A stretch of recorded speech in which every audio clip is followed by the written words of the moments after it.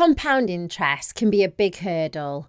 Nobody wants to see fees rising over time, so let's see how you could get equity release without it. If you've ever thought about tapping into the value of your home without having to move out, you're not alone. Equity release has become a popular way for homeowners to access the funds tied up in the property. When pensions don't seem adequate, equity release becomes an attractive option. For quite a few people, it can be a lifesaver, providing a lump sum payment, a steady income, or a mix of both, whatever you choose. One of the primary benefits is that in most cases, you don't have to make any repayments immediately. Instead, the fees and interest get sorted when you pass away, move into care, or you decide to sell your property. The catch is that many of these schemes involve compound interest, and over time, that can result in substantial interest fees. Equity release is essentially a way for homeowners, usually aged 55 or above, to access the value of their property without having to sell it. There are two primary forms of equity release in the UK, and the first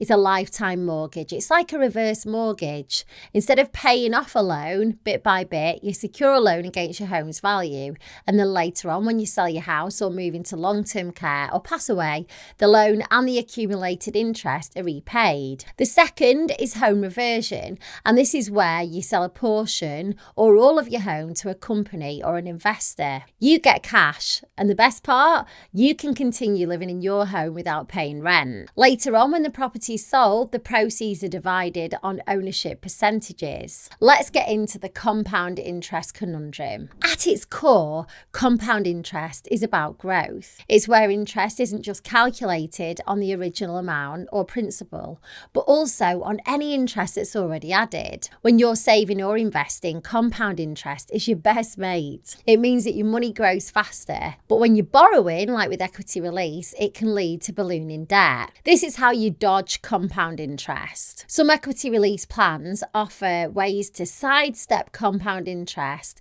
like voluntary repayment plans. Some providers allow you to make voluntary payments, which can reduce the impact of compound interest, even if they don't eliminate it entirely. There are bespoke options. Now, they're a bit rarer, but there are scenarios where a lender might customise a plan that doesn't involve compound interest. It requires negotiation and might not be a standard offering, but it's worth exploring. When venturing into equity release, you want to ensure that you're in good hands.